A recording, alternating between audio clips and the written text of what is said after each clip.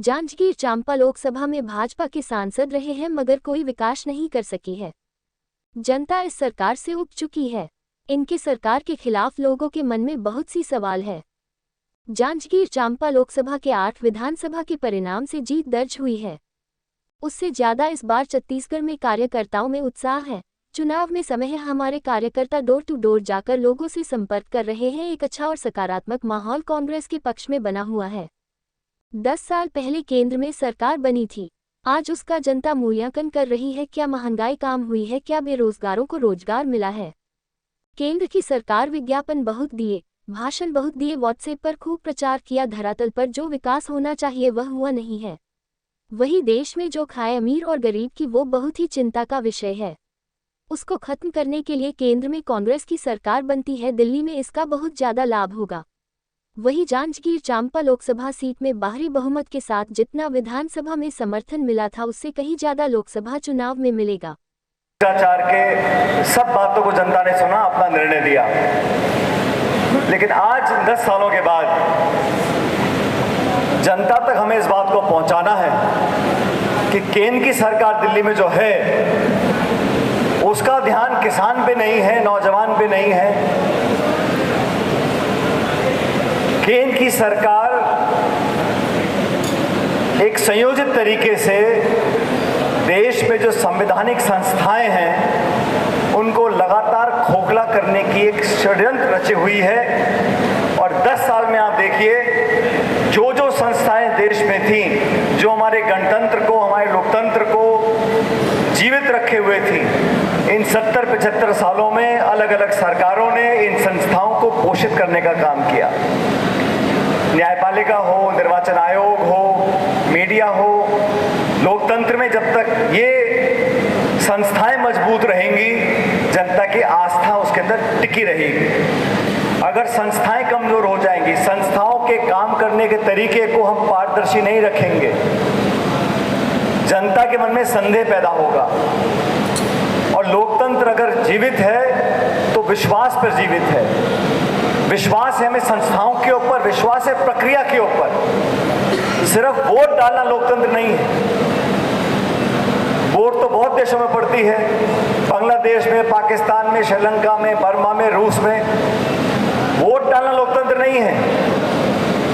लोकतंत्र है हर व्यक्ति को ये छूट और आजादी है सवाल पूछने की, संस्थाओं के अंदर विश्वास रखने की।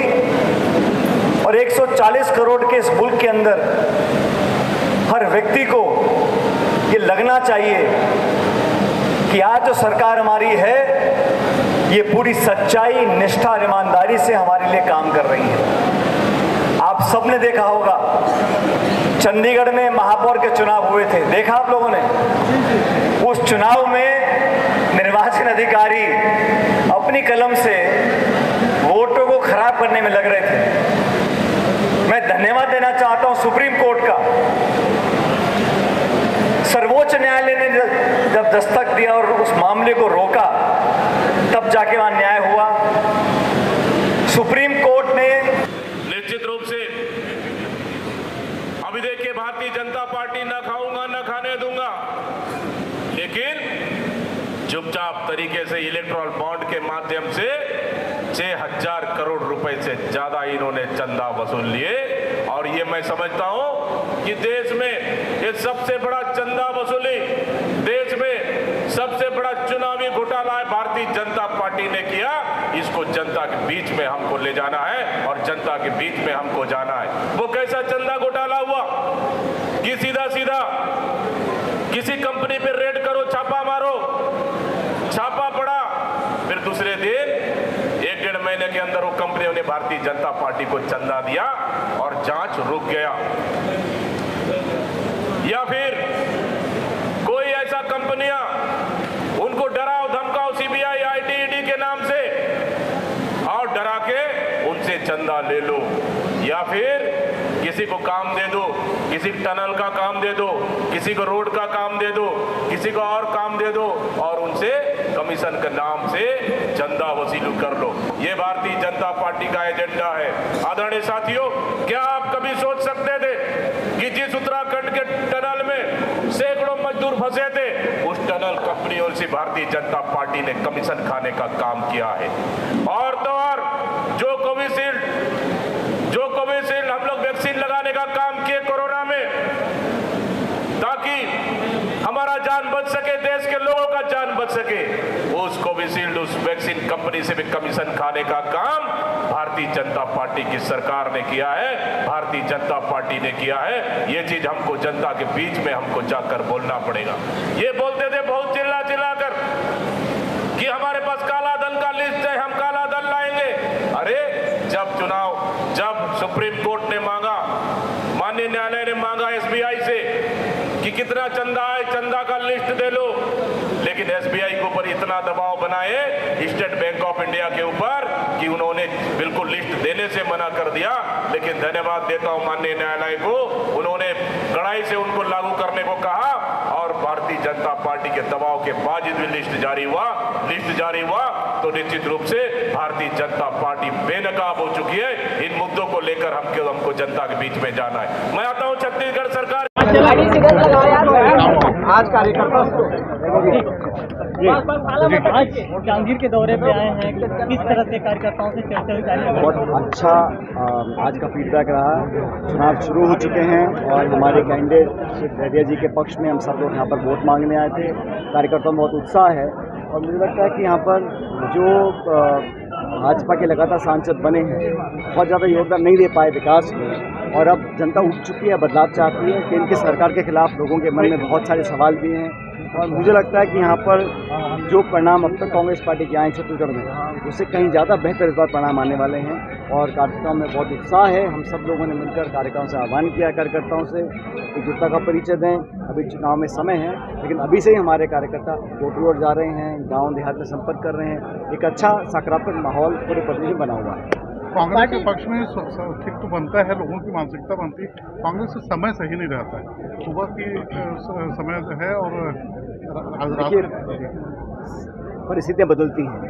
10 साल पहले सरकार बनी थी केंद्र में, आज लोग मूल्यांकन कर रहे हैं 10 साल में क्या उनका जीवन पहले से बेहतर हुआ है, क्या महंगाई कम हुई है, क्या लोगों को रोजगार मिल रहा है। हर व्यक्ति अपना भविष्य देखना चाहता है और भाजपा ने 10 साल की सरकार में बहुत ज़्यादा उपलब्धि नहीं दी। विज्ञापन बहुत दिए, भाषण बहुत दिए, इश्तिहार बहुत छापे, व्हाट्सएप पर खूब प्रचार किया, लेकिन धरातल पर जो विकास होना चाहिए था वो हुआ नहीं है। और मैं मानता हूँ व्यक्तिगत रूप से कि देश में जो खाई बढ़ गई है अमीर गरीब की, वो बहुत चिंता का विषय है।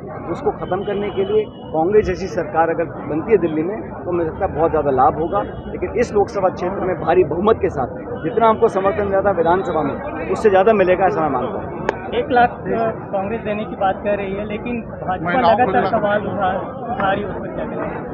भाजपा सवाल उठा सकती है, लेकिन मुझे समझ में नहीं आ रहा वो पार्टी जो सरकार में है वो सवाल उठा रही है। सवाल हमें करना चाहिए, लेकिन इस प्रकार बीजेपी ने और केंद्र की सरकार ने कांग्रेस के साथ जो प्रतिशोध की भावना से काम किया है, हमारे खातों को सीज किया गया है, हमारे सारे पैसे रोक दिए गए हैं, ये एक अनैतिक, अलोकतांत्रिक और एक गैर कानूनी कदम उठाया है, क्योंकि आचार संहिता लग चुकी है और कांग्रेस राष्ट्र में सबसे बड़ी विपक्ष की पार्टी है।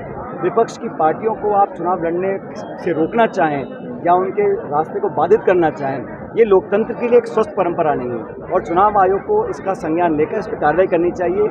हमारे खातों को बिना वजह सीज किया गया है, 11 खाते बंद कर दिए, 115 करोड़ रुपए जो हमने चंदा इकट्ठा किया चुनाव लड़ने के लिए, भाजपा ने हजारों करोड़ इकट्ठा किया गैर कानूनी तरीके से, उस पर कोई कार्रवाई नहीं। और हम लोगों का जो कुछ पैसा था उसको सीज करने का काम किया, इसको मैं बहुत गलत मानता हूँ। और निर्वाचन आयोग को निष्पक्षता का परिचय देते हुए भाजपा पे कार्रवाई करनी चाहिए और हमारे खातों को दोबारा चालू करना चाहिए। छत्तीसगढ़ प्रत्याशियों की